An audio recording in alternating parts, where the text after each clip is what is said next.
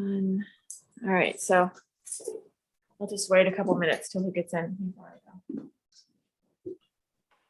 And Did you guys have any comments about the first meeting minutes that I took? They look good. Yeah. Okay, Okay, let's do. get an idea what you wanted. all right, you're at 7 o'clock. Okay, so should we call to order? Yep. Okay, the commission operates under the authority granted to it by Harpers Ferry Ordinance Article 131 as set forth in West Virginia Code, Article 8-26A-4. Qualifications of commission members are on file with the town and are hereby made a part of the record of each and every action of the commission in today's meeting. The basis of commission administrative approval or recommendation to the Board of Zoning Appeals is the Harpers Ferry Historic District Standards and Guidelines. They are hereby made a part of the record in each and every action of the commission in today's meeting. Each application heard today is considered on its own merits and is not to be considered as establishing precedent for any other application. I think we also need to do this other part for the Open Meetings Act. Right, that, yeah, so this has to be read as well. Here, anybody can read it. Go ahead. Okay, we're doing all of them. So until further notice, the Corporation of Harpers Ferry governing and deliberative bodies will hold meetings and or hearings virtually via Zoom webinar, which provides for public participation during public comment period when applicable and when posted on the agenda. Alternatively, the public may watch the meetings by YouTube, video live stream, or listen by telephone. These options comply with the Open Governmental Meetings Act. Before you start, Steve, I just let Steve in as a participant, but you're not showing up on the screen, I think, because you're both muted and audio is off, video is off. Can you test for us and at least let us know you're hearing us? There we go. Awesome. Cool. Let's see if that converts in. Let's see. Howdy, everyone. Yeah. Oh, perfect. Okay. So, Hey. so what's happening is between you and Tommy Van Vliet, who are both on here, whoever's speaking, the screen comes up for the room.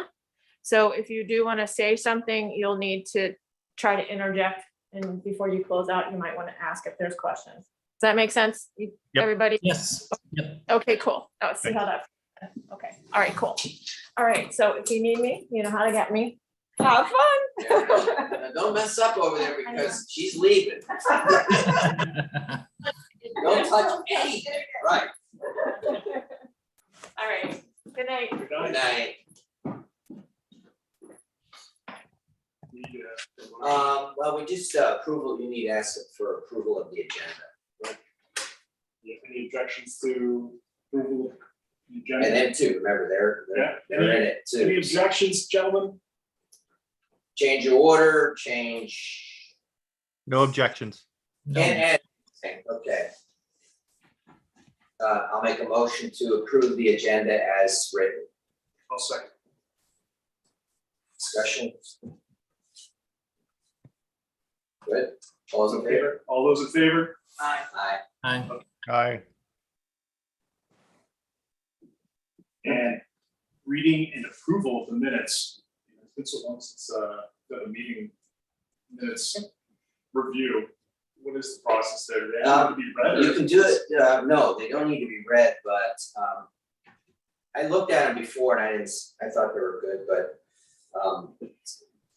sometimes we like to have, you might want to put them on as an attachment so they can catch them, you know, in case they haven't read them. But if everybody's fine with it, we can do a motion with all three of them and then they would be approved. We can vote on it if it's approved, or if there's somebody who wants to make some changes, this is the time to do it. But after we vote on it, it's approved, goes in the record. That's, Well, yeah, I reviewed yours and I wrote the other two, so I'm fine with them. Does anybody else have any questions about the prior minutes? No. he's new, so you know, he's Yeah. like, I was gonna say, I wouldn't even know anything to object to, not having been there. So. So, motion to approve the minutes. well, we could put the dates, we could, Sure.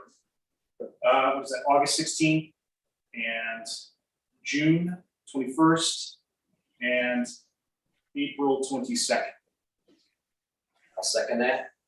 Okay, all those in favor? Aye. Remember, you're always talking to an audience that may not be in this room, so. So that's why you gotta be a little bit more detailed. Very good. So, Okay, so now it's a request for public comments on the agenda items. I don't think we had any, right? This would be the period where we would then allow that person, what's it, 2 minutes, 3 minutes? Sure. Yeah. Three- 15 3 minutes per speaker, so minutes. your thing is 3 minutes, so you would allow them to speak up to 3 minutes, then you have to cut them off or warn them. But it has to be an item that's on this agenda, they can't like drag something else into the meeting and this, so. And to tell you the truth, we've been doing this for a few months, it's something I've wanted on here so that there's transparency, and so people can vent or can thank us or whatever they want to do. But so far, we've had all the meetings I'm in, because nobody's said anything. Till we get, I think, a public meeting with a space here, you know, people in front of us, then like, So there's no motion necessary, is there? nope. Okay. So, new business? Yeah, should I say anything, or can we just start with the new business? Yeah, go ahead, yeah. Right. I don't So, now, we can say welcome to Tommy Van Vliet. Welcome, Tommy. Thank you. Thank you. And Tommy's staying late at work for his first meeting, so we appreciate that. And, you know, we were thinking, maybe, Tommy, I haven't seen any the background on you. I mean, I checked out your profile on LinkedIn, but would you mind providing a little bit of background? Sure. Yeah, I'll say lifelong resident of Harpers Ferry. I grew up on Fillmore Street, in the corner of Fillmore and Gilmore, where my parents still live. Went to college at BYU and spent a couple years living in Utah and Idaho. We've been back here since mid-2018, full-time in Harpers Ferry. My daughter and my wife and I currently live in the Camp Hill Methodist Church parsonage house on the corner of Washington and Gilmore, so right next door to the home I grew up in. We share a backyard with my parents. As far as work experience, right now I'm currently the recreation coordinator for Jefferson County Parks and Recreation. And I've just started that position here almost 5 months ago. And prior to that, I've worked in a number of different fields. Most recently, probably most applicable to this group is my family owns and operates the Shenandoah Planing Mill, which is a wood mill and interior woods business that's out in Charlestown. And so working on a lot of historical renovations. I was the molder operator, and the shop manager. So matching historical profiles, existing structures, trying to be able to, some new construction, but at that time we were mainly focusing on smaller restorations, being able to provide people with custom matching things to bring their homes here in Jefferson County back up to a higher standard, but still keeping that older style craftsmanship and look to the homes there. Besides that, I've also I studied sports medicine in school. I worked there for a few years, and then also as a legal assistant for a few years while I was living out west in Idaho. So I've bounced around to a few different things, most recently at the wood mill, and then now here at County Parks and Recreation. Awesome. Well, thanks for sharing. Thank you. Great to have you on board. You're welcome. Thank you. Thank you. I'm excited to be here. So you're familiar with all the names of all the ornamental styles applied to Victorian architecture? Roughly familiar, yes, but it wouldn't take long to get right back into the swing of it. No, that's great. There's a lot of it, right? Yes. Okay, well, wonderful. So, and also some background for Tommy. There was one thing, Tommy, if you could provide I don't know if you have a resume or maybe the letter that you provided for the mayor, something that we can include with the annual report for the West. Yeah, I sent one over to the mayor, but I can forward that to you as well. So, Great. And with that, should also add for everyone else, sent out the email with the annual report on it. So I've drafted some responses in that, but if everyone could take a look at that, it's due, we've got some time. It's due just before the end of January. So take a look and let me know if you have any edits. That'd be great. Talk about the Weaver Gillison House. It's the first meeting in a while. So with that project, we're making progress. I don't know if anybody's been by there, but we got some additional trees removed. So I can see it now. all right. Yeah, start to see the house now. We'll get some more of those done. So it's coming along, and we got a grant proposal into the National Park Service through a small nonprofit based out of Martinsburg. So in 6 months, we'll find out if we can get a structural engineering assessment performed. And there is another grant coming up in January related to historic wayside storytelling. So it's one of the things we've been talking about past couple of meetings this year, getting somebody to do a wayside sign across the street from Weaver Gillison House. So I'll probably bring more details around those requirements to the next meeting, but I think that would be something that we could pursue ourselves. So it's government property. Guys, do you know where this house is located? If they don't know, they would get it. I've got a guess but to be It's sure. the boundary right across from the women's club park. Uh-huh. And there's a boundary and Washington. Okay. On the right side as you come into Harpers Ferry. It's a decrepit old. Right. For some, you couldn't even see it. You wouldn't even notice it. because Right. it's- Right next to Tony Milborn's house. Is that the one? It's next to that one, across the street Yeah. from her. Okay. She's on Washington and Union, but this house is on Boundary and Washington. Yeah. Yeah. Steve, do you know much about the house yourself? You've been I mean, here a while. I know I've been watching it slowly, go into neglect over 20 years. Yeah. I mean, what I know about it really is the history of the children that inherited it, and then the divided interest they had about trying to sell it or rehab it or do anything. The town's been trying to do something with this since 2003. Wow. So really excited that y'all have made progress on this. This is really, really significant, and all the work you've done on historic interpretation, I think that's just to be commended. Thank So you. kudos on Appreciate that. Thank you. You guys done a good job. Well, now from there, I was going to, I don't know. We wanted to review maybe for Tommy, I don't know who feels like maybe tackling that, the description of what our mandate is, and one of the things I was hoping to discuss today, people's priorities, what we'd like to accomplish in 2022. So I'd like to, first, maybe Christian, since you've got the most, or who has the most Steve experience? is much longer than me. Yeah, Steve, would you like to give your interpretation of the Historic Landmarks Commission, kind of what you feel like it's about, and our mission, our mandate? Well, I mean, I can try. I can try.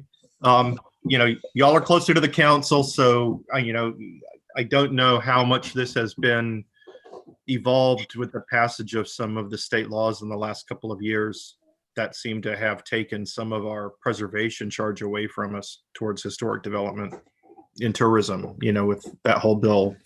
But, as far as I understand state law and what our charge is that we are a commission of the town of Harpers Ferry charged to preserve the historic inventory. And that can be assets such as buildings, It can be viewpoints, it can be view sheds, it can be streets or gatherings of multiple structures. So the way Harpers Ferry did the historic nomination in the 1980s, the original one that kind of still stands as our latest on file with the National Register of Historic Places, there are a select number of historic buildings that are individually nominated, such as the church here, St. Peter's Church behind me, and the ruins on the other side of me. I live in Lower Town. And a select number of buildings, but then the town itself is described as a historic district and has preservation for the fabric of everything connected. So in that, there are contributing structures. They're not individually nominated or justified through individual significance. Their significance is the assemblage of all of them. And there's a couple of themes that we talk about in that historic nomination, which is on file, it's online, you can read it. It goes through, 18th century founding in the Lower Town, the arts and crafts and the whole movement, well, not arts and crafts, but the movement of industrialization in the Lower Town. There's an area around Storer College and civil rights. There's an area around arts and crafts up on Fillmore and Gilmore on some of the later houses, or the three themes that I remember. There's probably a fourth that I'm forgetting off the top of my head. So for years, the commission worked kind of individually to approve or disapprove projects around the exterior modification of homes, or the maintenance or the non-maintenance of homes. It was divided so that planning was actually doing the structural considerations, the zoning, setbacks, and we were charged with preservation of historic fabric and features following the Secretary of Interior guidelines on historic preservation. There's a book on that, and briefs about what we try to do. We try to align the preservation. We're not doing historic preservation in the strict sense of we're going back to original materials. It is historic rehabilitation. So there are cases you can use new materials, you can modify the structure, but we try to do that in a way that's consistent with not just the history of the house, but with the context of the neighboring houses and the street that it's on. That all kind of changed philosophically about, I'm going to say 5 years ago, maybe, Christian, and I don't know if that's about, it's when we basically had to redo all of our regulations and ordinances in town to get in line with state code. For years, we were kind of ahead of it, then we got behind it. And so in state code, what you have to do is the Board of Zoning Appeals is the authority that approves or disapproves building permits and changes. And they do that in alignment to a standards and guidelines manual. And so today, now in our kind of current arc of practice, what we've done is create a guideline, a handbook of standards and practices around how do you do various attachments, awnings, windows, doors, roofs, chimneys, blah, blah, blah. And there's a whole book on this. And that gives you what's permissible, kind of the boundaries of what you can do. And the ordinance control officer, in looking at any particular project, can say if all of the elements are consistent with the design and standard guidelines, it's approvable. The BZA has to approve it. If it's questionable, or if there's something about the assemblage that needs some clarification, BZA can come back to us and ask for a judgment, a summary analysis, and a recommendation. It's not binding, but what we do is we vote and we give a recommendation to BZA on approval or disapproval. And so that could cover changes to buildings. It can cover signs on businesses. It can cover historic interpretation markers, anything that we deem to be of historic significance as an inventory element, like the fireplaces or gazebos or other kind of non-habited structures. We have a limited number of artifacts that are in public space, such as stone walls, that are historic from the 18th century, things like that. So we would be charged as a commission with the preservation of those items and trying to keep it all aligned. What I think it means in practice today is that we get applications at the request of BZA do an interpretation on and see if it's completely in alignment or there's some things that need to be changed, adjusted, or tried to find some common ground with the homeowner. And we're also the stewards of this design and standard handbook, which is all the elements. So periodically that might need to be refreshed. There could be new elements that we need to add. There are spaces now for non-contributing structures, which are new properties that weren't part of the original nomination. They can have modern elements on them. They can use non-traditional materials. There's some latitude to use non-traditional materials now, even on existing structures, on contributing structures, such as synthetic slate roof tiles, that where they look identical, they're a lot lighter, you know, they don't fragment and they weather better. And so we have a charge to analyze and explore the suitable use of these materials, study them, keep track of how did they perform over the years, and see if they're suitable for approval on other projects. So every project stands alone. There's no, my neighbor got to do this, so should I. It doesn't grandfather like that. Every decision stands alone. And so you can't point to other neighbors and say, well, they got to do it or not. It has to make sense in the context of the structure. So, you know, the other last thing I'll say that is unique to us as a commission is that we are the one non-governmental entity that can hold property and have money. We have our own bank account, but we can hold property in trust as part of the public good. And I don't know with the Weaver House, if there's any part of that, or with the Mount Zion Church behind us, but there are properties in town that maybe could be held indeed by the Landmarks Commission, if so merited or wanted, you know, as a custodian of property. Just pointing it out, it's in the law, and that's different from us than kind of the other commissions in town, because that's a state authority that's given us directly by the state. I think that's everything right now. We do an annual report. We are supposed to follow best practices of historic preservation, work with the State Historic Preservation Office. There's training available. There's events they put on, and then work as a subject matter expert at the, I guess, at the request and pleasure of the BZA, the Board of Zoning Appeals. And then we're custodians of the design handbook. That, I think, is how I understand our charge. Now, guys, and I'm going to look to Christian and others that might know if there's other things that are or not on our plate, like with Hilltop House, you know, because I don't know how that's been changed, if it's been taken out of our hands completely and we'll never see it. I don't know, but I'll leave that for y'all to brief. Well, seeing you touched on that, let's do that. So the Hilltop House Hotel area is now called the Tourist Development District.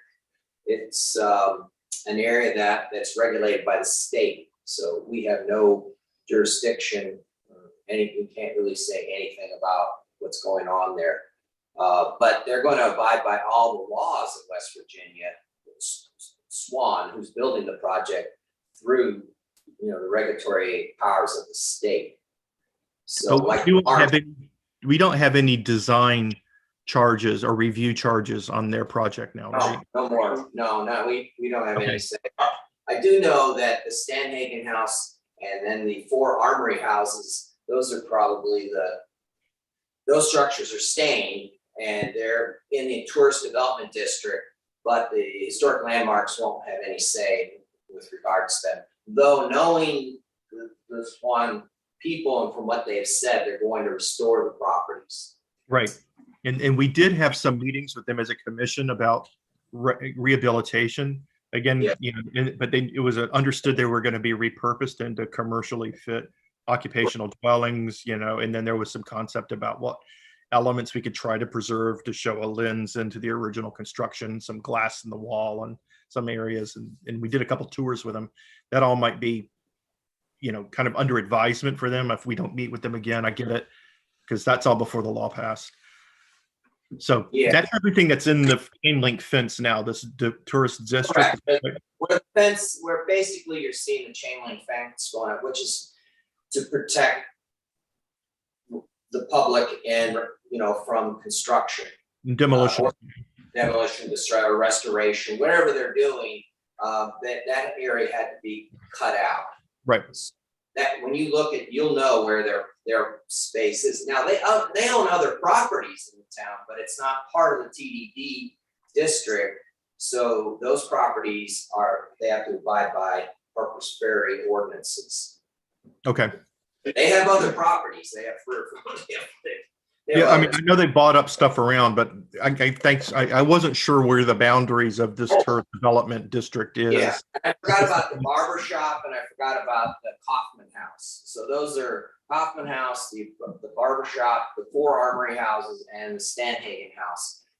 I believe that's all of them. That's in the tourist. In the annex and the hotel itself. Correct. Right. Yeah, Okay. well, those 2 buildings, those are part of will not be around. You're reminding me, we wrote a letter this year. Right.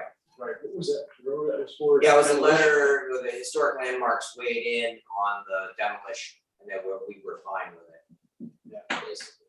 But I should include that in the end of summer, because actually they asked, did we? Yeah, that was really big. Yeah, It's on a public record. so that's actually, Tommy, are you still with us? Hopefully Yep. not, we're not. Yep, I'm here, Okay, good.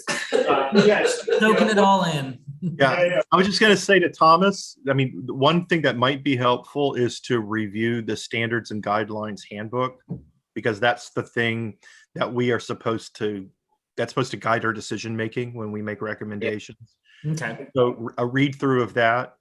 It's Mhm. not real long in my memory, and it's like 40 pages, and it's in each. It's kind of like a dictionary of all of these architectural elements and kind of how they should be treated and where it's preserved and where you can kind of go off the range. Mhm. So Is a copy of that just on the town website? Yes, yes. Okay. Okay, yeah. Yeah. It's also in the folder that I shared with you today.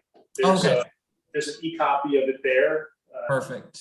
Yeah, so, Also, if you go on the Corporation of Harpers Ferry website, there's a tab for, you need to read the ordinance, and it's Article 131, and that is the ordinance having to do with the Historic Landmarks Commission, like our terms, what it takes to be a member, what's its objectives. that's in there as well. Yeah. In the folder that I shared with you, Okay. you'll see the ordinance 131. Yep, There's I also, see that. there's also the West Virginia article something that is. 26A. Yeah, 26A. And also some of these other documents that Steve touched on, like the document that sets up Harpers Ferry as a historic district. I think the original document that defined that in the National Register of Historic Places was 1979. Yeah. I read through some of that one today. Okay, yeah, and then I believe it's 2010 when it was then expanded to include several other properties in town. So I think the initial mandate for the historic district was very focused on the Civil War period.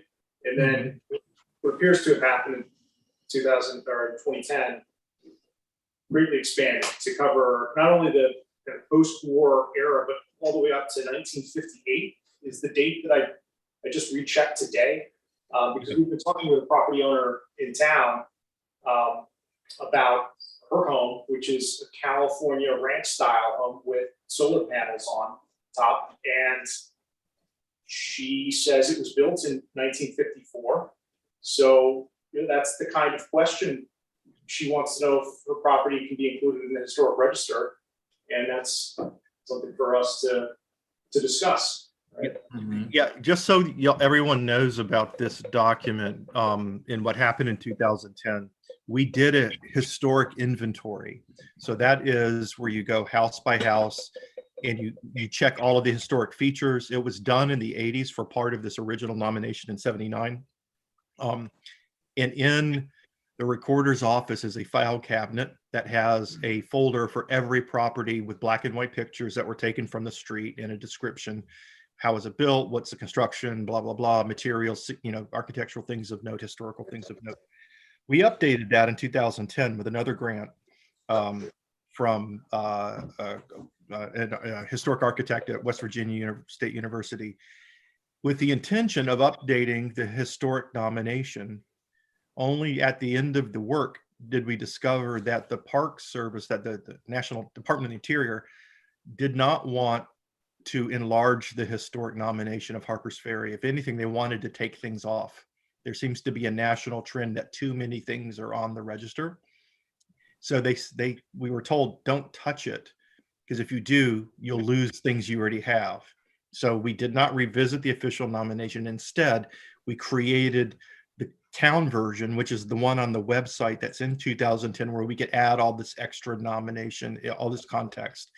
And we're curating at the town level our history and its interpretations, meaning, and adding things to that register. It's not exactly right to say it's on the historic register, things that were in 1958 or things that we add, because we did not adjust it, because we were told if we did, they would take off the town listing and that we would remain only like 3 buildings on the National Register of Historic Places. Yeah, maybe we could have a follow-up discussion around that, because I'm trying to figure out the one that there are 2 documents I see registered with the National Register of Historic Places, the original and then a continuation sheet. Yep. And then we have the town list. Yep. And the town list has additional properties.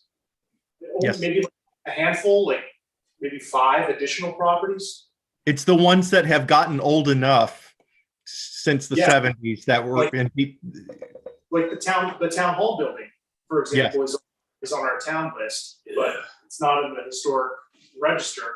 And I think off the top of my head, I think it's like in the actual historic register, I think we have 170 odd buildings on the register. So I can't remember now the exact counts what we have on that list.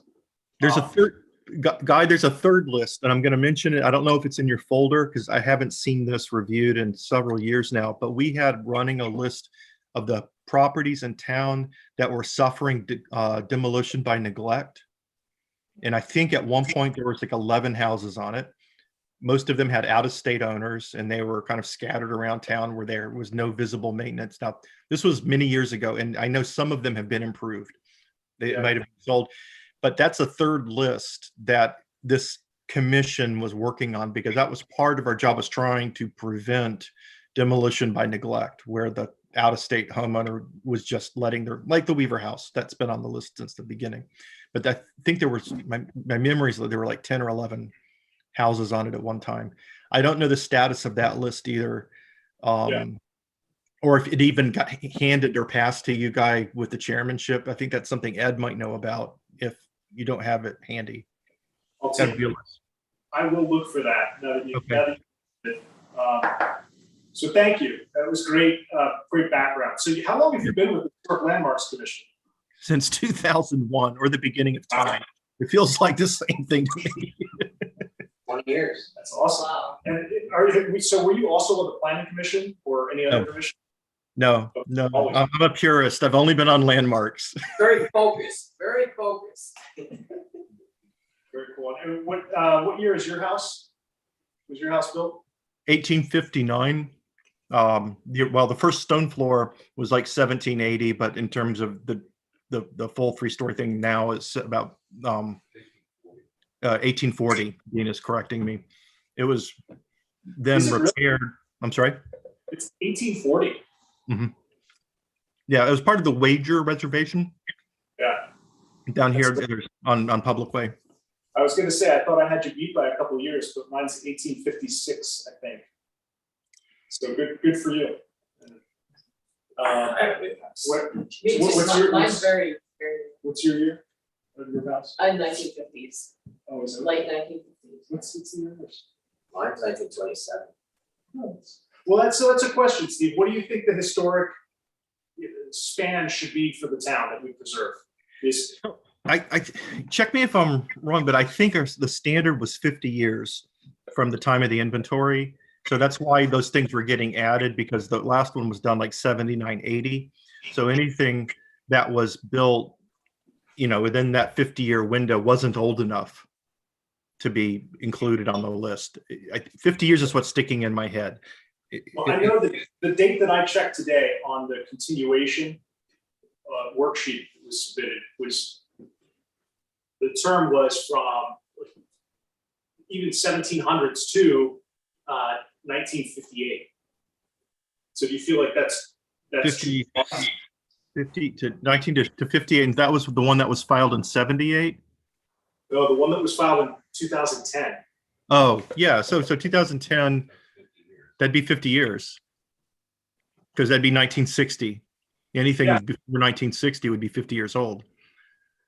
So how do you feel about that? I mean, anything prior to 1958 being, So it's 2020 now. So I mean, it'd be 1970 would be the new, era construction would be eligible. So that's the thing. It's like, it's not just that it's old enough. It's got to fit in. And so what happens, I'm afraid now, as we look at the more modern construction, they tend to be more, I'll say, idiosyncratic than the newest construction. They don't fit into a theme architecturally. So, what narrative are you supporting? It's not that the house gets a plaque because it's 50 years old. It gets a plaque or a name because it supports some movement in history or art, one of the themes that we identify, right? Arts and crafts, or more modern might be post-war renewal, or the summer homes of the 1920s, from Washington, when people would come out here and there was trains 7 days a week, 7 times a day, out, and there was an amusement park in the river. I mean, there's all these kind of moments in history that architecture and construction centered on. But after 1950, the town kind of falls apart, right? So maybe that's because of the floods, right? And there's this period of decline, and then it's the national parks, and that really does start around 1950 is when the park comes in and starts buying things up and building the park. And so either there's a theme we need to create about restoration, in the town during this latest phase of restoration and becoming an exurb of Washington or whatever. We've lost most of our commercial district. We're now attached to a national park, and, it's a bedroom community in some ways. It's something, but it still has its own integrity. I think that would be a theme. You would then try to understand the houses built and the structures built as part of that theme. That would be the logic. I'm not saying that's the right theme, but that's kind of the exercise you go to. Usually you kind of get a historic architect to help you understand that, somebody that's kind of studying those themes at the state. I know Brown v. Board was what, 1954? And wasn't it the same year that Storr College closed? I'm looking for, where are my history buffs back It wasn't there? 50, 55, 50. Yeah, was it the same Yeah. year that? Google says 55, Storr College ceased operation. Okay, so 55.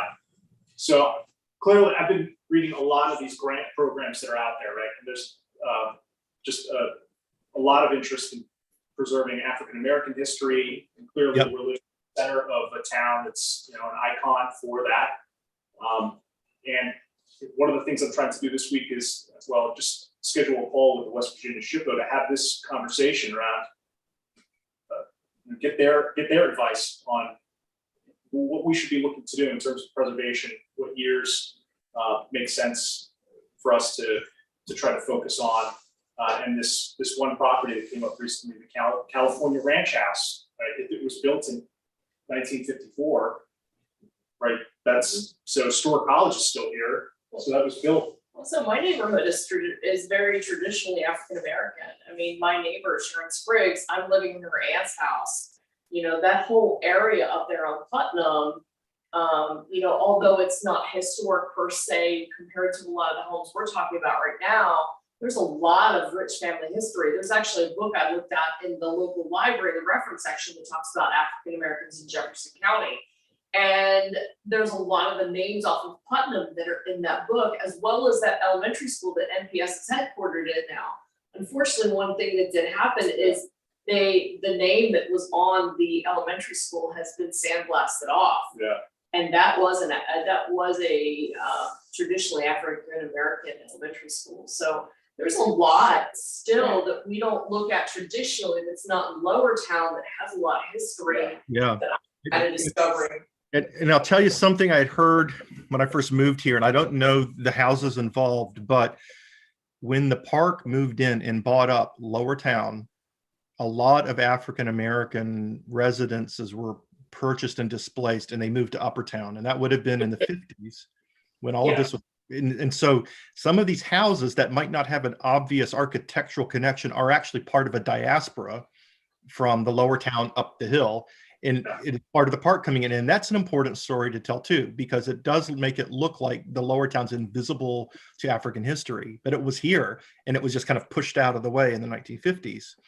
Yeah, that's the people across the street from us. That's what made me think about it. Yeah. But that's a theme. So if we're talking about like what's a theme that is resonating kind of with, African-American history in architecture in kind of after the close of Storer College, what happened? I'll tell you what happened is they got pushed around and there was this kind of big displacement. And I think telling that story of where they were, where are they now, and kind of how they've endured is silent. I don't see any discussion of that anywhere publicly. And so I think that is an important story to tell. It is. They tore down a ton of homes. I mean, Yes. I've spent a lot of time looking through old photographs. I mean, they tore down probably half of the buildings related to Storer College.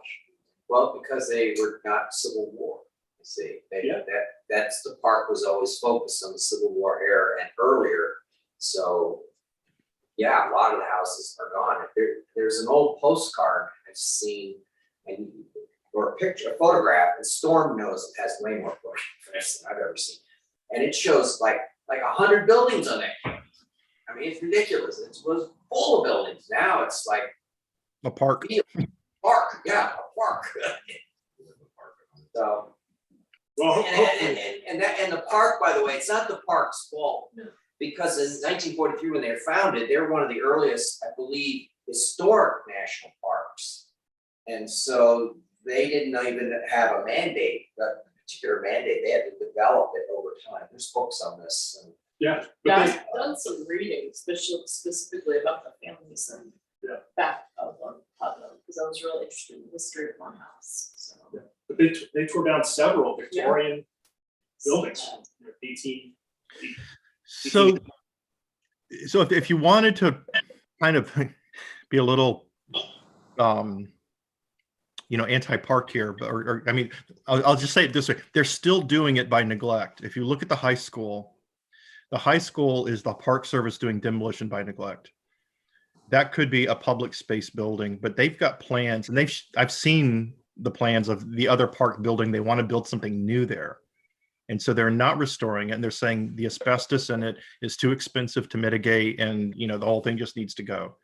But but it's parking and storage. But there could be other investments made to rehabilitate that building and actually make it a public space. So I think kind of getting back to is the park a steward of history or some preferred narrative? It's certainly not all buildings. Like you just said, they kind of raised a lot of the stuff on Storer College. It's still kind of quietly happening now. And nobody's holding them to account. Now, the history of how they got that building is a long tortured one. And, it has to do with the Board of Education and who's paying taxes and who was mayor and resentments and a lot of feuding in town. So, I mean, it's a colorful story. It's unfortunate it ended up in federal hands because I don't know if we'll ever get it back. Or if we could afford to rehabilitate it, even if we could. But it makes my heart break every time I drive by it. You see it kind of falling apart a little bit more every year, and the park not preserving it. So that could be another theme. I went and looked at it. I thought it was built in the 20s. It was, the cornerstone on is 1912. It's a pretty old building. I mean, for a 20th century building. Wow. And a lot of people went to school there. Yes. And they still live here. I know. Yeah. I've got elderly friends that all went to high school here. Yeah. Okay. Well, last question for you, Steve. So what do you think the priorities should be for 2022? So do we have a role? So I think finishing or whatever the next steps are with Weaver, I think having a success under our belt with that is important and stabilizing it. I think getting the WAIF sign for the boundary marker, done. We've been talking about that. I mean, part of me feels like there's things lingering that we ought to just be able to knock off this year. I don't know if the fireplace pit will get done. That's done. It is done. Yeah. Oh, yeah. Nice. I made sure I pushed it through. We had it lit for Halloween, it was great. Awesome. You see Yeah, how it you was see how awesome. I am totally a creature of the lower town, and I've been in my bubble for 2 years. I don't leave unless I have to. It's done. You can go up there and start a fire if you like. Fantastic. All right. Well, so accomplishment that the Well, we had another accomplishment, and that was the bollards and the bollards and boulders for the gate, the Harpers Cemetery gate. okay. That's historic, really historic. And now that was more the trustees of the cemetery that started with them, and they Right. realized that the gate that had the brick around it was put in the 50s. And they researched it and they found that's how they figured it out. And so they got rid of that and they rebuilt, took 2 years to build that new gate. It's what's left, restored and new. It looks gorgeous. I did walk up to the cemetery to Lockwood House to take some photos about a month ago, and it was looking nice. Yeah. So Historic Landmarks was engaged in that project, and it's not done because they can't get a contractor. It's Right. The town has earmarked monies for it, and they can't seem to find a proper contractor. So what's the progress with the this interpretation sign we were going to have in the park right there across from Boundary Street? So that's a little further down the Yeah, agenda. Oh, that's on the agenda. Okay, sorry. We'll get to it. Yeah, that's, We're jumping ahead. I had mentioned it's one of the next steps. I discussed with Christian. I'm not sure if I've mentioned it to everybody else yet, but there is money available for projects like the Weaver House, right? African-American owned property, historic story, and for this type of project, telling historical interpretation, developing content for historic wayside. So, they're connected directly, right? Share a border. So why not tell both stories at the same time? That's the thought. So I'll give you one other idea I've had.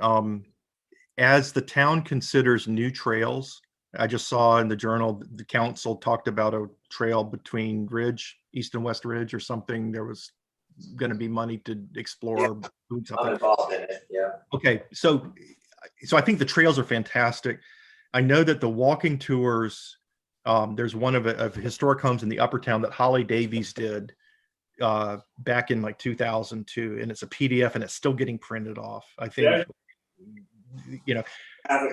if we thought about more of those, so if there was an African American walking tour, if there was, a lower town one, if there was, the various themes. So, we just talked about all these historic themes that the houses are connected to.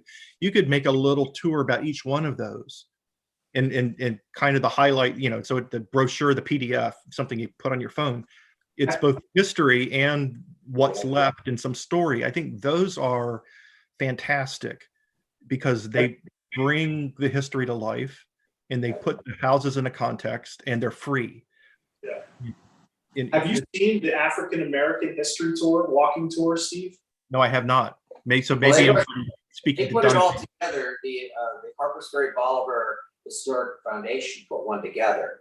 Actually, Storm and my wife and some others. It's a walking tour, and we did it in the fall, the first kickoff one. But you can purchase the brochure at the visitor center for $1 or at the park store on Shenandoah for $1. You should check it out. I think there's an electronic version online too. If you just did a search for African American history walking to Harpers Ferry, you'll find it.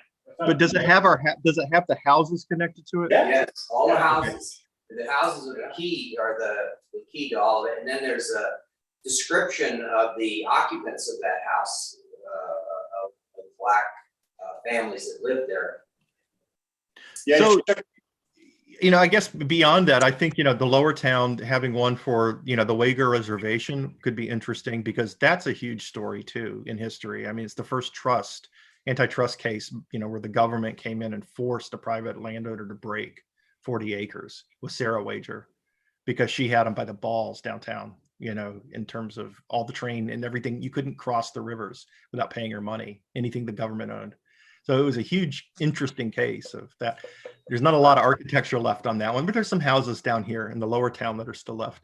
And then the arts and craft one gets up to, you know, Summer of Washington. And I don't think people realize there was an amusement part on Burn Island out there in the Potomac River, you know, where that sandbar is now. And it had a carousel on. That's where the gazebo came from, Right. you know, and Yeah. I didn't know that. Yeah. Okay. yeah, Very- so there's a whole history, and there were 7 trains a day on the Metropolitan line that you could take Yeah, from yeah. Washington I out here. knew about the amusement stuff. I didn't know that the pavilion came from there. That's cool. There's actually stones, I guess it was Patty's son did research on some of the markings of the stone at the gazebo and what Okay. had that was tied to the island, yeah. Very cool. Well, Steve, what do you think about, I mean, one of the things that gets me are the asphalt shingle roofs. What role do you think HLC can play with maybe getting people to not replace historic roofs with asphalt shingles, or getting the people who have to revert back to historic material?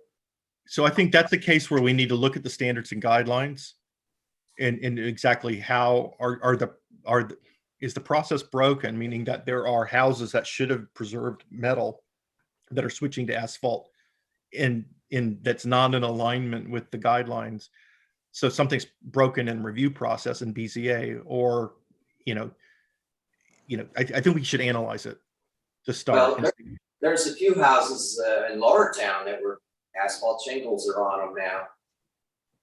Right by you, there's several houses. That switched over to asphalt across the street, maybe one, yeah.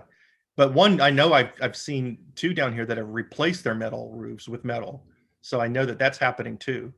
I think Townsend has replaced one of their roofs, right, from metal to asphalt shingle. That does not surprise me. And same with windows. We have vinyl windows in Lower Town, replacing windows that are vinyl.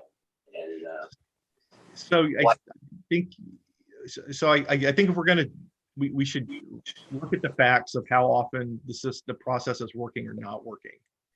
So it's not a bias of recollection of, oh, I remember this one case where it's broken, then the whole thing's wrong. But there's other, if it's working, I think we should just let's look at the data and figure out, is it something in our wording? Is it in the review? Are people getting exemptions that should? this is why we're working, Steve, we've been working on this, I haven't seen it yet, but this introduction to Harpers Ferry for the new residents, because I don't think they know that there are regulations or ordinances in this town that regulate what you do to your outside of your house. And for instance, many of these projects, Steve, are done without even getting permits. So that's why we don't even know about it till it's almost done, till it's done. Yes, but I know Karen Townsend because she did her first one without a permit, was brought before the council. We explained the whole process to her. She continues apparently to continue to make change.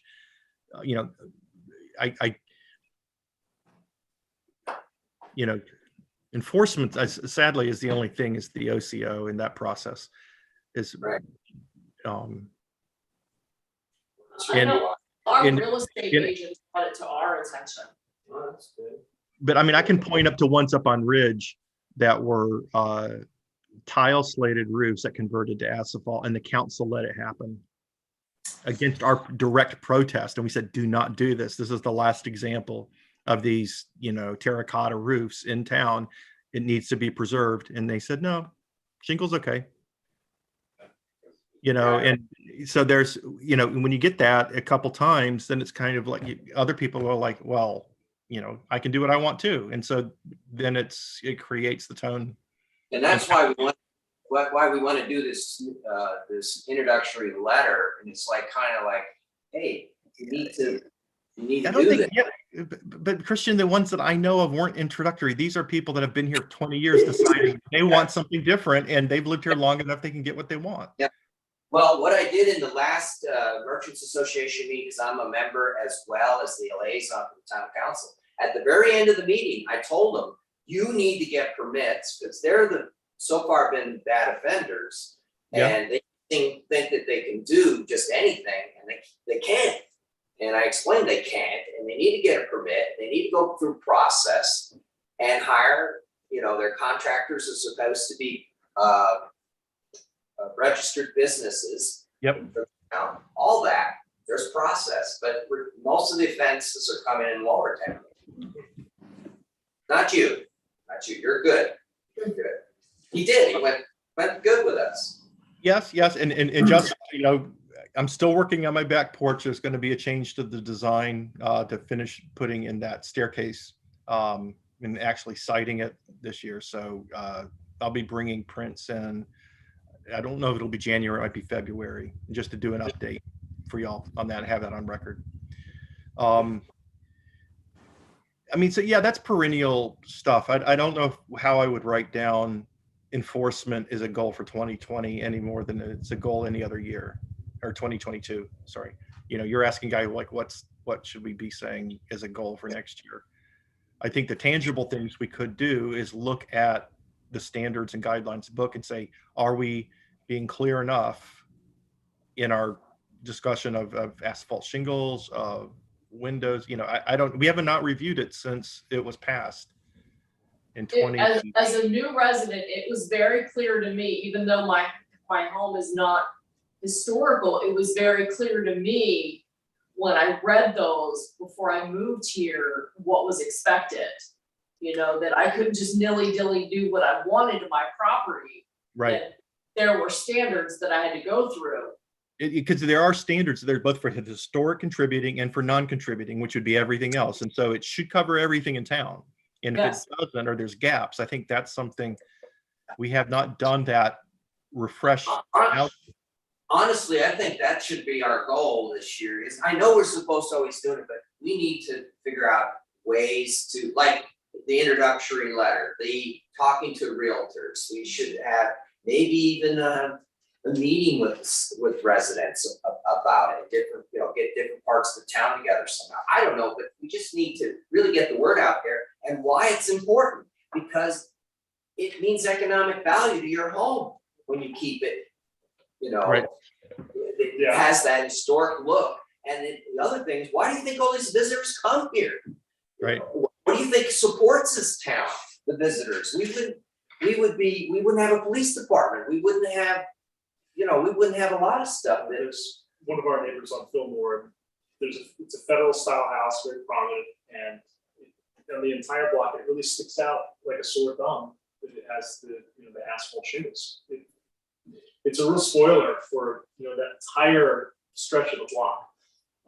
So that's why I scheduled this meeting for Wednesday, 11 a.m. so that we could talk to the West Virginia SHPO and get some clarity and some best practices from other places.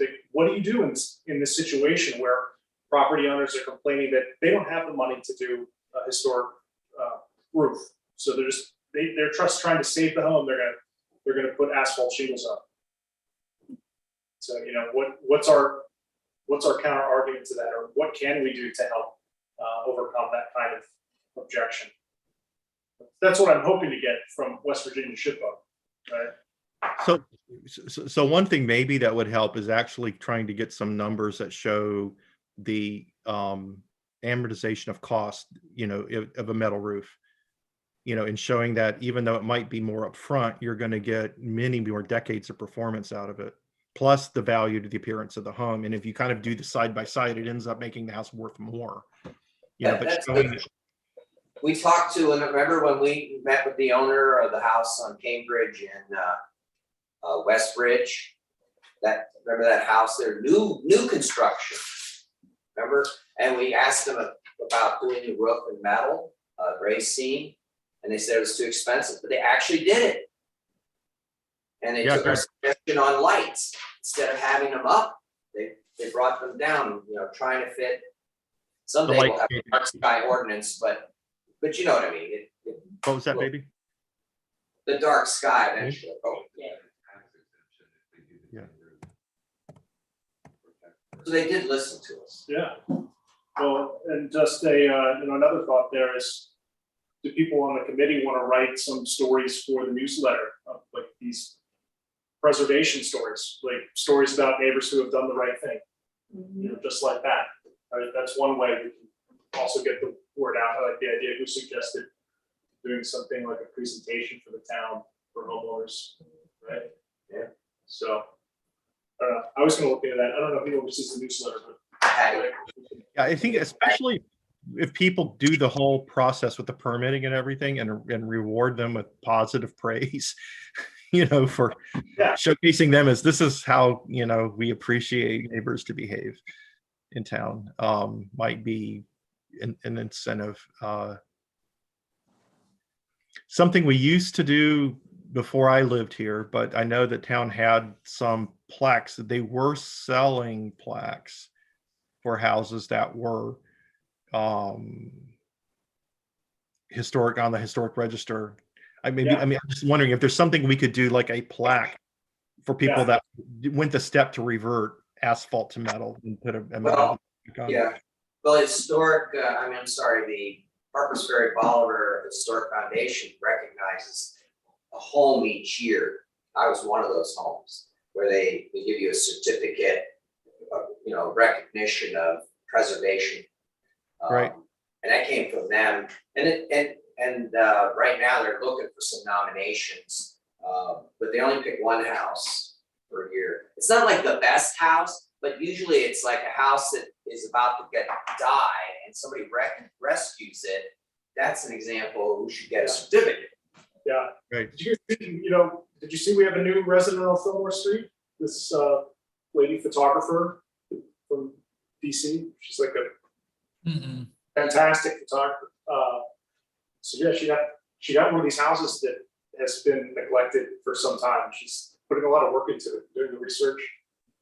So I got this whole email chain with Kevin that provided some great info as well on the history of her house.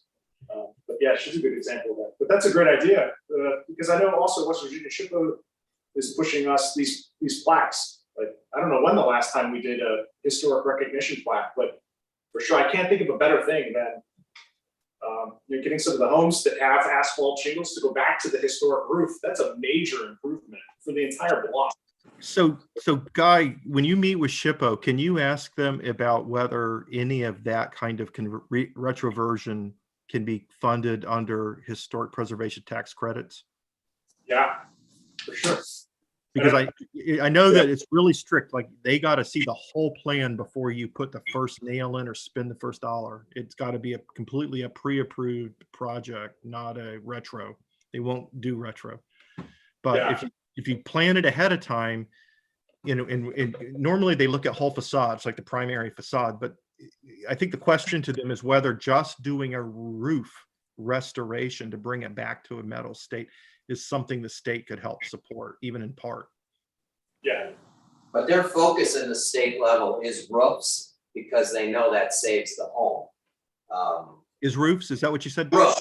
Yeah, it's just roofs. That's their main 100. That's pretty much where they put their money, state money, because they know that the house will be saved. Right. Now, they didn't say metal roof. I'm just saying a roof. Right. Yeah. But so this is kind of a gentrification issue to go back to a traditional material. But I think that's the argument, is that those roofs, when you change them to asphalt tile, that's what destroys the visual fabric the fastest. Like you said, it can ruin the whole block as soon as you get one house out there with a kind of jagged asphalt roof in the center of it. Right. Oh, talking about Pete Murphy's house with her asphalt shingle on it. It's They're standing. not asphalt shingles though. Those are synthetic slate, if I remember right. Oh, they're gone. They're gone. They're gone. They put a standing slate roof on. Yeah, they deserve A standing slate metal roof. Standing seam. Okay. Covered all these words. Standing seam metal roof. Yeah. Light green color. That's Roberta? Was this recently? Yeah. Like 2 weeks ago, 3 weeks ago. Okay, did they save any of those slates? Because it's Pete Murphy's roof was the first one we approved that product on, and it I was think like, they got rid of it all. I just was wondering, just if we could have had some to keep on record to say this is what 15 years of weather looks like. Oh, That's a good idea. That's the kind of stuff we should be trying to I'm capture. a neighbor, so yeah, it's not there. They kept the gutters or what's left of them. Okay, but they did, they're all the tiles gone. All right, that's a I shame. think so, yeah. Because these products, especially the early ones, you don't know how they're going to weather. Yeah, They're polymer resin based or something, but dyed to look like slate. the one that, there's a newer one on Ridge Street, you know, Xander's house. They use the slate, but I can't remember when they did that. Was there any controversy about that?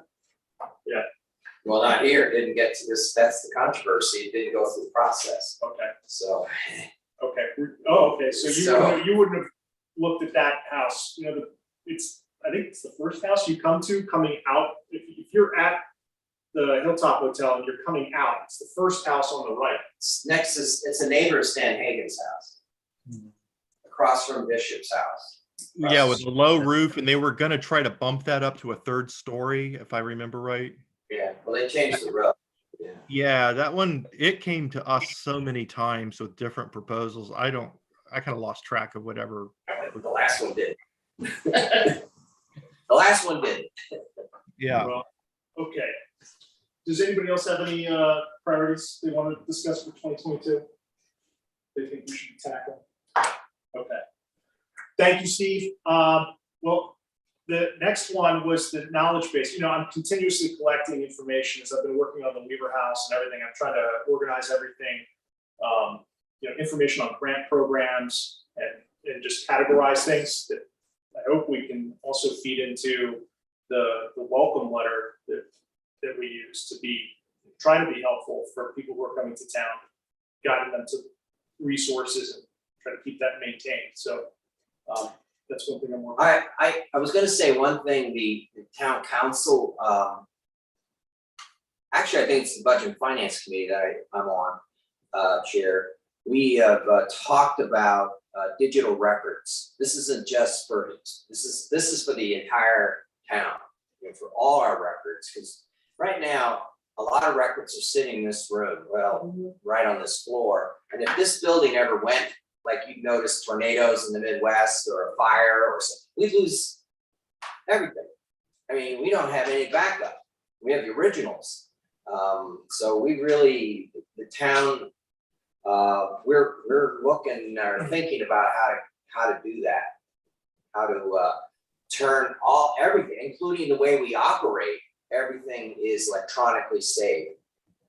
I'm talking emails, I'm talking about just documents that we get, everything.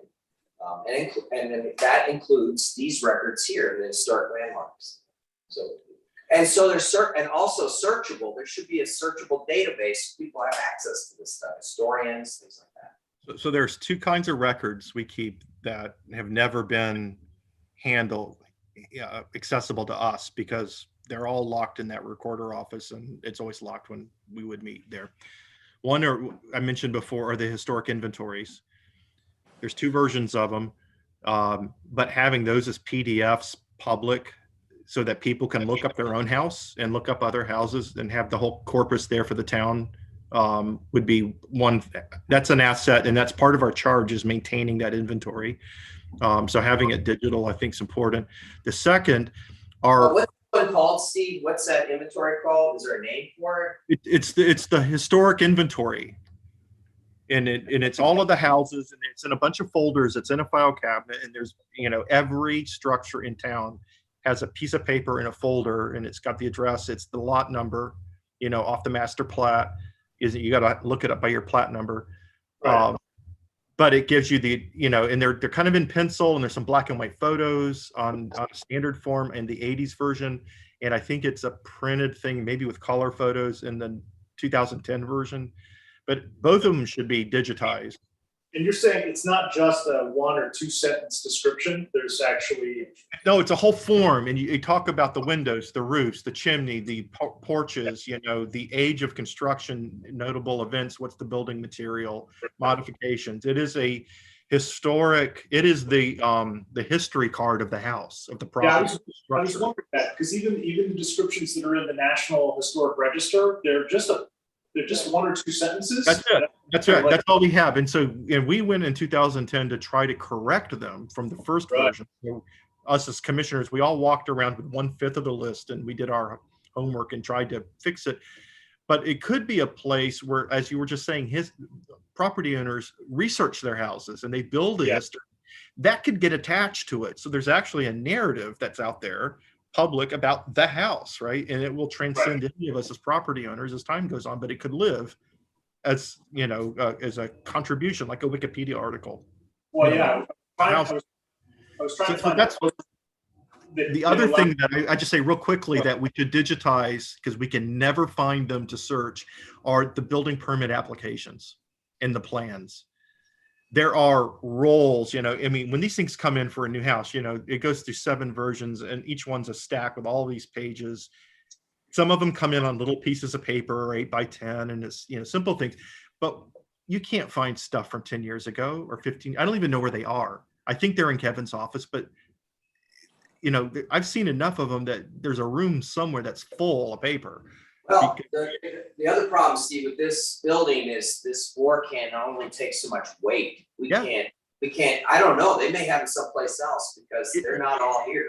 Or they're nowhere is my fear. And so that, because those are the marks about, again, for history, what was the original, how did it change? You know, what was approved by landmarks? What were the negotiation? You can argue that in terms of the fabric of the buildings changing over time, just like architect versions, we have a charge to preserve that because that is the narrative history of how these buildings change. And in 100 years, when you want to go back and try to understand what were we doing in year 2000, you know, that's what you would look at to understand what was the forces changing things, right? And just for our own business to look in and say, what did we decide on this particular house, or did they submit it? Is, you know, I don't remember things 15 years ago. I could, although some of it's clearer than things last year. And I'm just one person. And so a commission, the only memory it's going to have of its work are going to be these records. And we basically have done our work memoryless for decades because we don't have handy access to the records. We used to have the other office there that's kind of over by the chairs. I'm pointing kind of. Yeah, I understand. Not- Yeah, that's office now, yeah. Yeah, but that used to be Landmark's office and that's where we had everything stored. And I don't know where that stuff went. And I don't know that we could ever find the past, but when you start digitizing plan going forward, that everything that comes in on these building permit applications should be digitized too. That's what we're talking about it at least, so. And attached to the houses. So the house, each address would Yeah. have inventory and then a history of all of the approved changes and all this other stuff, the ephemera. I'm glad that exists because I thought I was going to have to actually create that level of detail. So I'll find time to get in here and digitize those histories. Well, wait till the town, we're eventually going to get a company to do this, you know, So when you get the company, make sure you can scan, there's a in the contract, they can do big things. right. You know, whole, you know, what are the plat size hanging on the wall behind you, you know, when we get blueprints on an Yeah. A1.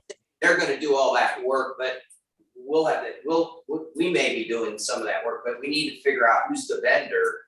Right. And how much it's gonna cost and what's ongoing fees and what, you know, so. Because I will have more free time coming up starting in May, Okay. so you might have some, I'd love to be involved in some of that, so. Well, we got to do the same thing. Like, Well, it's probably gonna be, unfortunately, the way government works. I'm just saying, That's that's gonna be the fiscal year next 2023 year, that'll be another one, yeah. another trip. Yeah, so it may be a ways away. cool. Okay. Well, thank you, Steve. That's very helpful just to know that exists. And same thing for the Dan Riss archive. I mean, Yeah, that's the final thing I'd say, even though we don't use it as a product of business, the archive is entrusted to us, I think, as custodians. yeah, because I want to see that now, having worked on the Weaver House and how hard it is to find certain pictures of certain homes from different Yep. angles. But I've seen a lot, and I know a lot of homes that you can date back to, you know, Civil War period, even and forward. And there's some areas in the town that are almost like blackout areas, very hard to find photos. But I'm curious to see if Dan has some of these postcards that show some of the harder to find homes in Harpers Ferry. Because I think a lot of people would like to see the earliest known photo of their home. Yeah. Okay, well, great, thank you. In terms of the welcome letter, I brought in the examples that Christian had shared with me from a bunch of places, and I guess you're saying these came from Ed, right? Yeah, we will. And I was hoping to share a draft welcome letter with everyone tonight, but last week I got hit with the annual report spreadsheet, so I ended up working on that. In addition to having this exchange with a new resident on a town, which I thought would be a helpful Well, why process. don't you, whatever you have, why don't you just share with everybody, and then everybody can start doing their little thing to it and add, because and I would suggest that this first one goes to all residents, Sure. not just the new residents, but all residents, so they understand, because there's so many residents, you're right, Steve, that don't, And they I don't think, even know half this stuff. I think too, looking at a lot of the realtors that service our area, because our realtor did us a service by saying, hey, I appreciate you wanting to live in Harpers Ferry, let me make sure you have all the information. Yep. Whereas I don't know that all realtors do that, because we had a couple buy a plot of land and they think they can just do anything they want, they were gonna camp, I said, you can't camp on your land. So I think some real estate agents are a little bit more educated than others when it comes to this. Well, certainly, some of these materials that come out of Edinburgh, Scotland, they look fantastic. Yeah. High resolution photos, glossy, thick paper, right? Mayor Vaughn had shared an email earlier today about a grant program from West Virginia SHPO for something just like this, right? Creating something like this, and that's maybe what I would suggest we apply for, right? To create something that looks professional, right? But yeah, I can share just the drafts. If we were gonna do something just very basic, like a normal, like a memo, start with the information. And I'll circulate that around, and a lot of that's in this exchange I had with our new neighbor, because she was trying to do research on the history of her home. Like I'm sure a lot of people do. That's one of the first things they want to know. How to do a deed trace, where to go for that. The assessor's office, the different databases, because there's a lot of information about Harpers Ferry and Historic College that's scattered everywhere. Clemson University has an archive. Of course, Shepherd has an archive. West Virginia University has an archive. There's the Jefferson County Museum has an archive. GeoExplore database for newspapers, and I'll tell you that's probably one of the best resources of day-to-day life information that I think is out there. The Spirit of Jefferson and Farmers Advocate newspapers. I don't know how much time, Steve, you've spent doing newspaper research. No, I didn't know that Spirit was that old. It's an old paper, West Virginia newspaper. And they have archives that go back? Yeah, all the way. I have to show you this. But this is one of the things that brought me to Harpers Ferry in the first place, was doing archaeology, supporting the archaeology program. So bringing that together. So that'll be my takeaway out of this meeting. This week I'll get kind of my short list of things that I think from talking with people, what would be helpful for them to know. That research on their property, also what grant programs are available for what type of work, and also the conversation we're going to have with the West Virginia SHPO, what they think we should be doing to help people appreciate and do the right thing with their homes. Even just the regulations, what steps do you need to go through if you want to put a fence up or you want to redo your house? Where do you find that information readily? Just simple stuff. They've got a booklet For each thing. one of them. Paint, Yeah, it's metalwork. amazing. I mean, it's really amazing that they do this level of detail. I mean, it's a major city, so they got to kind of understand. It's a World Heritage Site, so they gotta keep their standards up quite high. You'll lose them. They can, a city can lose that designation. Why shouldn't we be a World Heritage Site? There we go. Have you looked into it? I have, and I thought it was a really good idea, but it's a lot more complicated. I was talking to Storm about it, and he says it's not racist yet. We may not be able to qualify, but I don't remember all the reasons, but it kind of blew my bubble, personal bubble. But I think we'll get there. We'll get this stuff. We just need to stabilize. That's the problem in Harpers Ferry. We're not stabilizing what we got. And so. What do you think? What's the biggest stabilization concern for you? Well, right now, the town, we're working very hard. There's a lot of infrastructure monies available that are coming available. We've submitted documentation asking the county for help. So it's like we're not gonna get any help much from them. So now we're working on the state. So that our infrastructure is stormwater, is water plant, and the distribution lines, it's sidewalks. You notice our sidewalks are in incredibly bad shape. There's no safety railings like up on Washington Street as you come up on the side. You could pull off the side if it's dark. Yeah. You could walk off the side of the street and who knows what would happen to you. So we've got a lot, and High Street, we're working on that project to change those sidewalks. So that's in the works, and we put that proposal in, but we gotta come up with the money, and then the Armory Trail Canal, Armory Canal Trail, and we've gotta come up with a bunch of money for that one, 118,000, and then the High Street's 80,000. I mean, it's just lots of money. We're just trying to get our hands on it. Last week, the mayor was in the Capitol for 2 days and talking to everybody and anybody that would help Harpers Ferry. So he's shaking the tree. Oh, yeah, I should mention too. That's what we need. The problem is all these grants, and not the grants, but all the money that we get in these particular programs, like the ARPA plan, that was strictly based on population. We're officially 284 people. We got $92,000 this year. $92,000? That's chump change. That's not gonna move the needle in this town. It's a shame they can't look at what we accommodate versus the residency. Well, that's our story that's exactly, we're telling we're the #1 tourist destination in the site. On a weekend, we can have up to 30,000 people here in Harpers Ferry. So that's the story. Yeah. You're right. Yeah. And they come here for nature, but they also come here for history, you know, looking at the buildings, the feel of the place. We're a 19th century mercantile town. But if you're not able to safely accommodate people, you start to lose some of that, you know, you really do.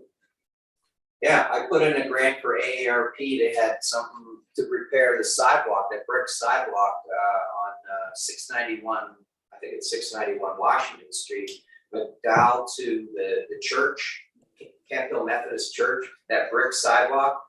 I think that's one of the oldest sidewalks in town. And I got turned down on it, but I've been meaning to tell you, you know, I finally met somebody who did twist their ankle in one of the cracks in the gutters. My nanny on your street. She had to go to the hospital. oh my gosh. You did? Yeah. So I said I was gonna mention it to you. Yeah, you know, the sidewalks are serious. You know, people I'm break their a legs. safety person. We have older residents. I'm not young anymore. I could hurt myself on these sidewalks. So it's really critical. Yeah, I think you're right, the playing on the usage versus the residency is gonna be huge for us. We don't get any money the other way. No. But there's a case, you know, if anybody asks you, hey, you know, has anybody been injured? Yeah. She had to go to the hospital. She had to take off work, right? So, okay, and yeah, I forgot to mention regarding the Weaver House. I've been encouraged to reach out to Joe Manchin, and I had a call with, I guess it was last week, with 3 of his people. So, you know, Joe Manchin is interested in supporting our work here. So, So is Capito. so She was here at the visitor center when he couldn't make it that day, but both senators were invited, and she came, and the visitor center had a lot of people there. The new one. Should we, all right, so did we already talk about Boundary Street? We talked about that, and the lights. How are we doing with the lights, Christian? Let's talk about that. So the lights in town, we've made the town council's been involved, historic landmarks has been involved with the old lights, and it's a pretty serious affair. I mean, because we have to balance safety with looking historic. The current light system we have these are our lights. Unlike most like Bolivar lights, they're sodium lights. Those are owned by the power company. But our lights, we own ours. There was a lawsuit the town had filed in 1993, and they won. Maybe it didn't win, but it got settled. And so we were allowed to keep or have older looking lights with incandescent bulbs. And these are radial, those green shades, Yeah. radial. Fluted fin, pan lights, down light, and they Yeah, kind so of hang I- over the street. So the power company has said, we can't maintain these, we can't deal with these anymore the way they are. We don't have the bulbs anymore. They're no longer manufactured. You know, they need like 150 watt incandescent clear bulbs that are weather resistant bulbs. So they can't get them anymore. They've stuck other bulbs up. These are LED floods from Lowe's. They're crummy. They're like 60 watts, or they throw the light of a 60 watt bulb. So they're not really Like a spotlight. yeah, they're too concentrated, too narrow of a beam, and they're just not bright enough. So I've been working with them for a long time, and we finally found a bulb here. They bought the first two. They're $50 a piece, but these are Sylvania. And the problem with these, the LEDs, the problem is getting a bright enough bulb. This is equivalent to a 250 watt bulb. And so we found one with enough light, but the other problem with the lights, many of them are too concentrated. You want a So broad beam, We want broad beam. I know. So this bulb here is the widest we can find, 40%. And by the way, I got them cheaper, and we have to buy the bulbs now. They're not buying bulbs for us anymore. But these will last 10 to 12 years. Right. Have we reached out to other dark sky communities with their solutions? With the bulbs, because we have a little bit of research.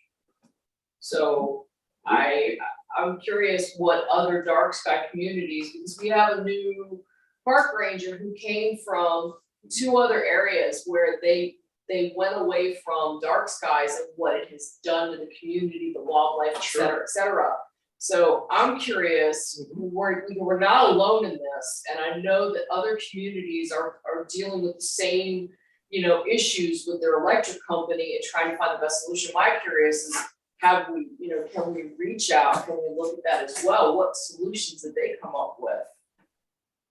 I looked at Pittsburgh is a Okay. major city that had recently gone through this process. Yeah. But they're not using historic fixtures. Yeah. Yeah, Okay. that's the Okay. one That's difference, right? So we need to look at something with historic fixtures. Well, we want to keep our fixtures. We have Yeah. 85 poles in this, 85 lights. It was like $30,000 they spent for those or something like that. Yeah, it's- Oh, we can't, what, we At can't, least. we can't spend anything like for the that. arms? But I'm saying, no, that's what we originally laid out to buy The those. brackets? I think they're, is that what you're talking The about? brackets and the Yeah. lamp heads Yeah. themselves, Yeah. yeah. I think they're, Okay. but to get they are reproduction, they're not Yeah. original, they're reproduction from the 90s, but there's one story I found about a town up in the northeast, and they've gone through this process, Yeah. energy companies said, we're not gonna. Yeah. We can't get these anymore. Yeah. I think they did the repros, I put the numbers in the lighting, proposal, they were less concerned with the light bulbs, I mean, here in town, were more concerned with the light bulbs, they were just even trying to figure out a solution for their brackets, there's like one company that makes these brackets, I think probably the cost is close to $2,000 now for each of these brackets, but there is something that makes them. Okay, so it's not as simple as a bulb. No, yeah, so it's urgent though, that's what everybody's gotta understand, these bulbs are going, they're shutting down Yeah, they are. quickly. We can't get, yeah, we have the one by us is out because they can't replace it. Ours too. Right, Ours just went out. did it, okay, Yeah. so I, give me your two locations, We called it. well, no, I'm trying to bring it in special because I have the bulbs here, so they don't have bulbs. Putnam and Franklin. Okay. The very And your corner. street address? Yeah, Putnam, 991, it's right on the. 911, 991, But I would say, no, 991. 99. to answer your question, Yes, I would encourage you, sure, if you can find a historic town Okay. that has, you know, these kinds of brackets and they have bulbs. I thought I found the most advanced bulb, a vintage style LED bulb, the most powerful vintage style LED bulb that throws off the right temperature light, right? But I don't know, did we ever? Yeah, they took them, they looked at them and they were interior bulbs, so they can't Okay. use them. They have, that's the other thing, they have to be weatherproof bulbs. Right. This is $48 for this bulb, so what we're gonna do is, I came up with another idea, we're gonna have your house, another house, or your Steve, what's your address? Well, it's Church Street and it's out at the entrance to the parking lot for St. Peter's Church. There's a light post there. It's the, Oh, what, church, so I gotta give them a location. okay, well, it'll be the rear of 156 Public Way, but I don't think it's 150. Yeah, both, you have two that are out, right? I think there are two lamps right there. I put them on the map. Well, I only got two bulbs, and I'm back ordered on a third. Yeah, So, it's at the church ruins, from, in the back, okay. we, Yeah. we would look, because this is the third one that's gone out since I've lived here and I've only been here 18 months. Yeah, so what we're gonna do is I had a long talk with, there's one in the park, if you wanna see one of these bulbs, it's already in the park. the Where? pavilion, At the pavilion park, okay, right above, behind the pavilion is one of these bulbs, it's in there right now. the pavilion down in the lower, the bus pickup? Or Cavalier Heights? No, where the gazebo is. where the The gazebo- Oh, in town, okay. Yeah, so it's right there, if you wanna Okay. look at the bulb, now I put it out to all town council, the only person that looked at it was Storm. So he thought they were just, again, still too concentrated, so I have this extensions, we're gonna see if we can get the bulb further out of the fixture. I mean, we're into nuts and bolts in this thing to make it work. So we're gonna see if we can get the bulb out lower to, it was too deep inside, cause these bulbs aren't that, like, out here, you know what I mean? They're not long, they're pretty short. So if we could get the bulb out further, I think we can get more spread on the light, and it will be better, it will be safer. Well, I mean, the bulb should advertise its own, in the spec, it's got a degree radius it's gonna throw. Yeah, but It's we in the wanna spec. see if we can push the bulb out further out, so it'll spread out even more. I think the shade is throwing it off. Okay, It's kind of recessed inside the fixture, the Okay. shade fixture, so oh, we need yeah, it'll truncate it. more. All right, This gives it another inch. all right, Doc, we're gonna try it. experiment, take Your place, measurements, but it's your place. Okay. So good, I gotta add, that was my note to myself. collect data. Who has the bulb? I have bulbs. The power company, they haven't returned them. Okay. I've got them. Okay, He told so- me to get them. So my understanding is as I make contact, it has to be the historic fixtures as well as looking at the bulb situation. Yeah, but so the town on Dark Sky does not have anything on this. We've talked about it forever. It's I'm not involved, I've not been involved in the process directly. Nancy Case and Kevin Carden were the two people working on it. And it never got to fruition to an ordinance, that was their goal, was to get it into as an ordinance. But it's really complicated, just like fences are really complicated. I thought, don't we already qualify as dark sky? I mean, our lamps, they all already point down, right? Well, Isn't that yeah, what but it it's is? not an ordinance. That's just their old lights, their old looking lights. That's what that is. But if you want an ordinance that codify, whatever, for the rest of the town, because we have residents, some of them have, and the Park Service has sodium lights in our town. Right. Behind Shipley School, they have a big one there. Yeah, and whatever they have at the train station is eye blinding bright too. Yeah, so they're not even complying with dark sky. Yeah. And They'll say it's so, safety for the pedestrians, but it is like a runway light out there. And I they're was- not pointed down. I was reading an article that talked about the statistics and safety, and they didn't see an increased safety in necessarily an increased Yeah. wattage. So there's a lot of arguments that people have that would go against dark skies, but the research is not holding weight to a lot of these arguments. So that's why I think when you're looking at something with us having an ordinance, it would be something very protective for us. We would have at least a leg to stand on when we say, no, this can't happen here, or you need to replace this with this. We have a leg to stand on, and we also have research. Some people, well, this is a safety issue. Well, truly, it's not. Here's some data. yeah, but if you want to reach out to Kevin, if you really want to take it on, I can't take on anything else, I'm like full. But Kevin Carden, reach out to Kevin and just find out where we're at on it. I know the Hilltop is going to abide by these type of standards, because Okay, we great. asked them to. We don't want a lighthouse on the hill here. Right. And we already got one of those over in the Harpers Ferry River. Oh my God. River, we already got one. I know. Yes. See, the problem with It dark lights up sky, my bedroom. it's everybody around us needs to be like that.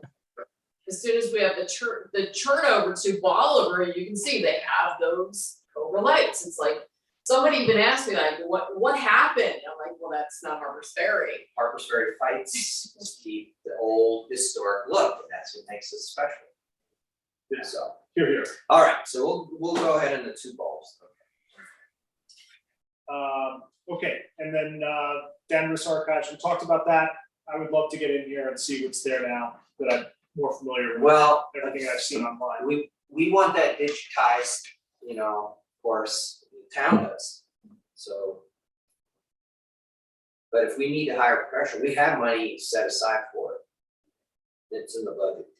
Okay, to digitize. No, well, to have it historic, to have an archive, we need an archivist to look at it.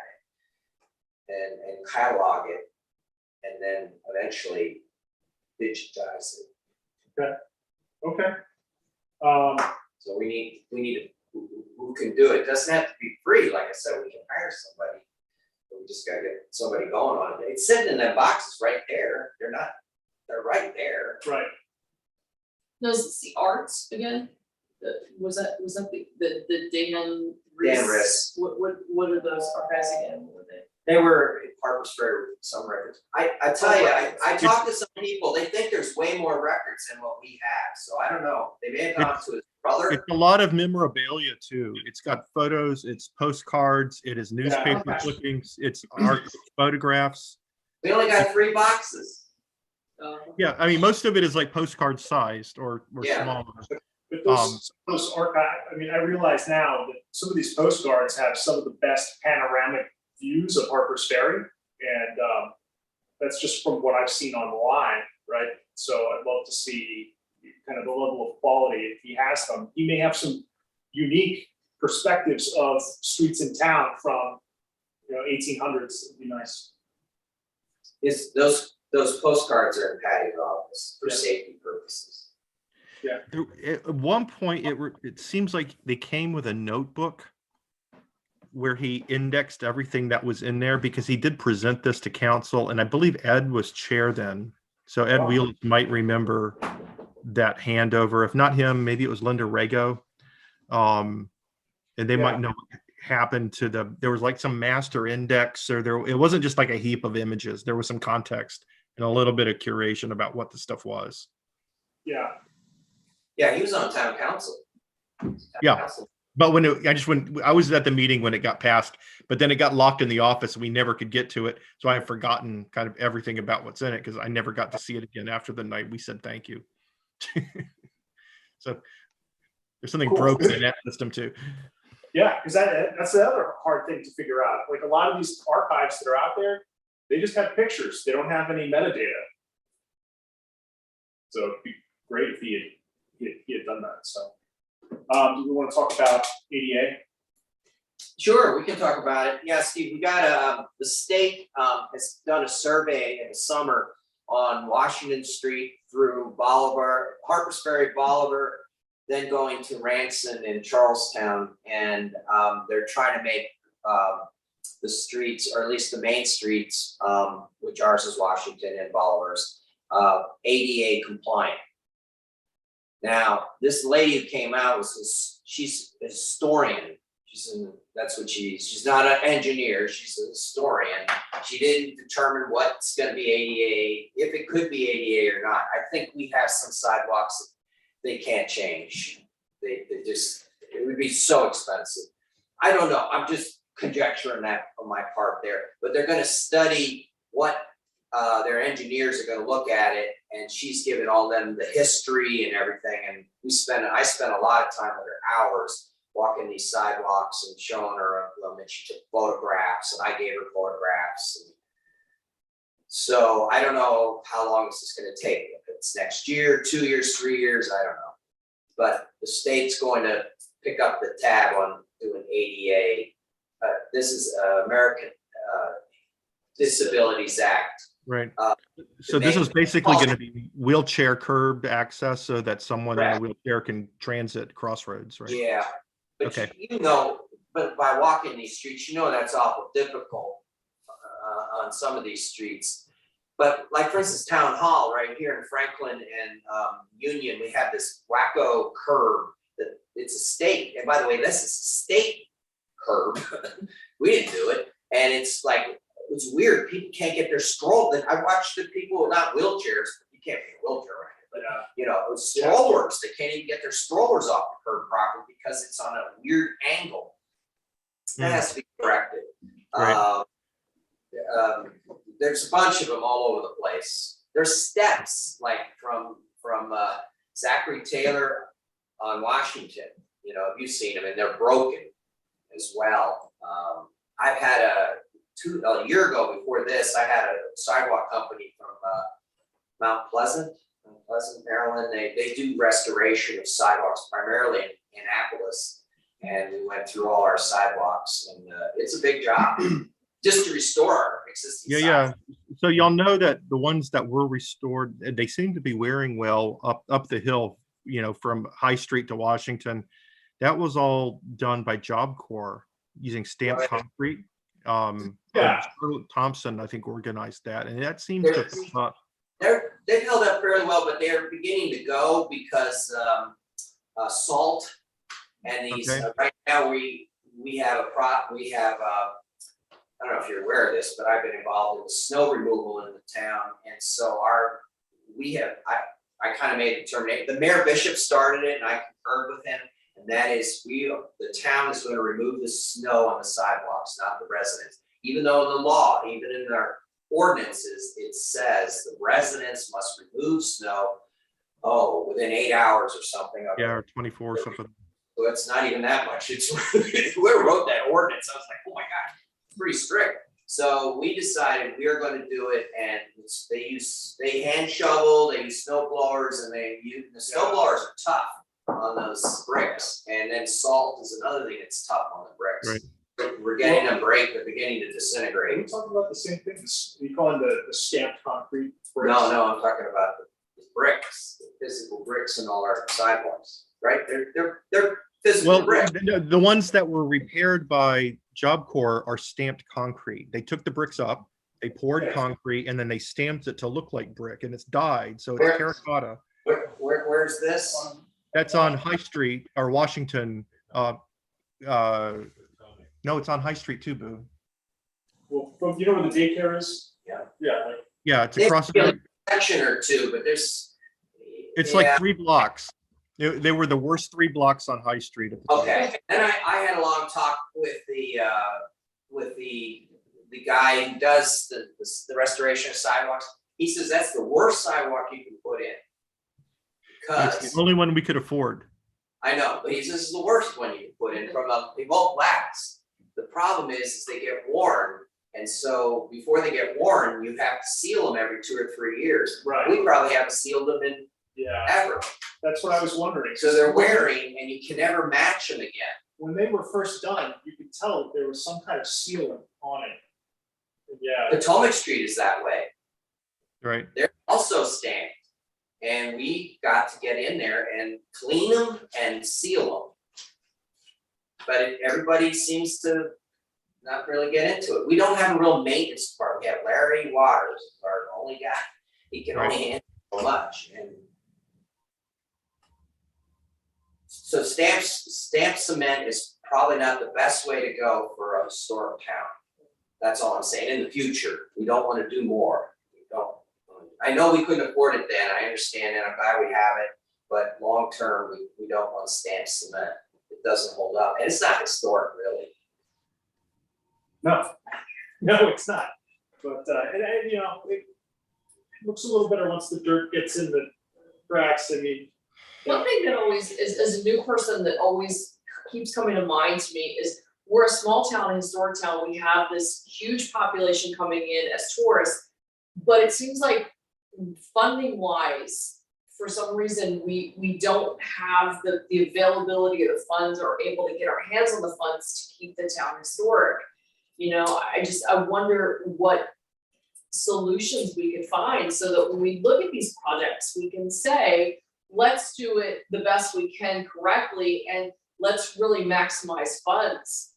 It just seems to me like you have this precious gem of a town and everybody wants to come to it, but preserving it, then everybody's hands go up in the air. And what's the solution there?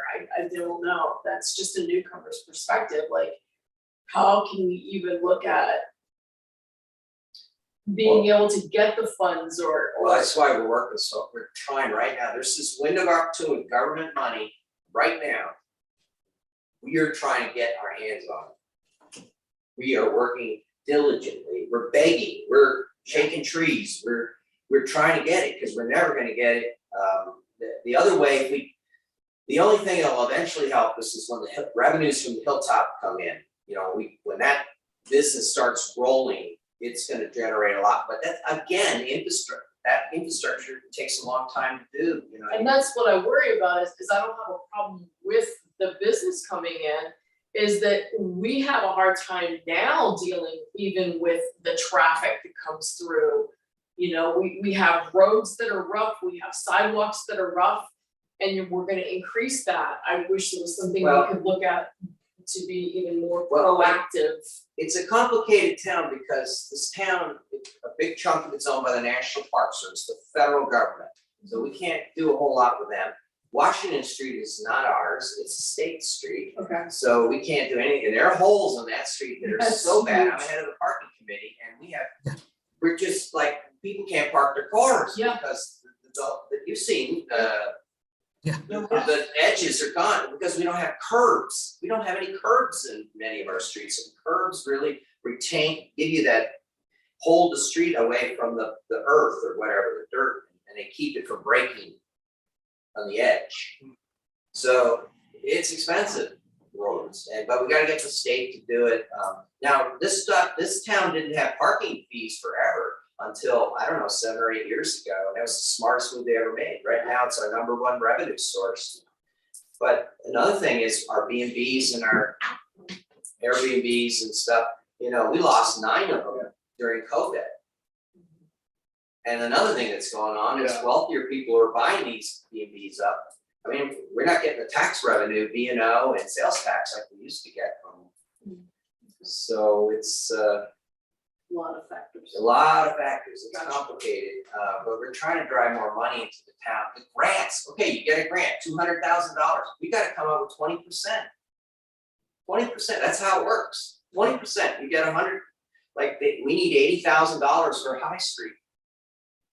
That's 20%, that's a lot of money, $80,000 is a lot of money for us. what is that project, the High Street project? The High Street project is to rebuild the railings, the sidewalks. We want ADA compliant, we wanted to make it ADA compliant. Right now, it's narrow in one spot, it's up to 30, it's only 34 inches wide, that's not ADA compliant, that's not, or it's 29 inches, it's not wide enough. By the candy store, it's not wide enough. And during COVID, we looked at it really close because we saw we couldn't keep space from people, you know what I mean, that Yeah. it was too tight. Yeah. And then, tourism is gonna grow, not decline in this area, it's gonna continue to grow. We're gonna have more and more people on on that street. And they're walking, I don't even walk in the sidewalk, I personally walk in the road when I go up or down the hill. Yeah. How safe is that? So we got a problem. Yeah. And that's the crown jewel of Harpers Ferry is High Street, the sidewalk, that area, that one block area there is the jewel of the town. And we have to do whatever we can to keep our visitors safe, but we also need the businesses to run and they have to get their deliveries. And it's really complex. We spent many hours on this. And we need more volunteers. Oh my gosh, we need way more committee people. We need people on waterworks. We need people on board of zoning appeals. We just got Tommy, yay. First time landmarks has been full in, what, 5 years? And I'm curious, I just got appointed, but my term's ending. No, Yeah. you're reappointed. You've been reappointed. Oh. You're in. Okay, great. So we do, you have to change your date too. it's like Hotel California. You never get to leave You never get to leave. You changed your date and we got him in. until I fail a dementia test or something. I was the only legitimate member left on the committee. Yeah. So I did the motion and got you all back in. You're in. Does that mean he gets to do all the work? No, I'm not doing all the work. All right. Well, I think, is there anything else, everyone? No. I would like to take up the spearhead to talk to Mr. Carden about Beautiful. what can we do about dark skies? Is this a possibility? Talk to him. He's passionate about I'm pretty passionate about it too. Okay. We just have a beautiful area to preserve. it. So we should have a motion to Yeah. close the meetings. Motion to adjourn. A second. All those in favor? Aye. All right, hey, Tommy, thank you again. And, Yeah. Hey, Tommy, you got an earful. I mean, I'm telling, this is not normal. This meeting had a lot more. This was great, kind of drinking from a fire hose, but I'm getting as much of it as I can, so. All right. Welcome, sir. It's And the most fun committee in the town. There's no better committee than the historic That's landmarks. All right. Fun on Parks and Rec though. Oh, well, that's true. All right, Merry Christmas, All guys. right. Talk to you. Y'all take care. We'll talk Take soon, care. Tommy. Thanks. You know how to turn this thing off? Yes, yeah. Have a good night, everyone. Don't say Good night. it's being recorded.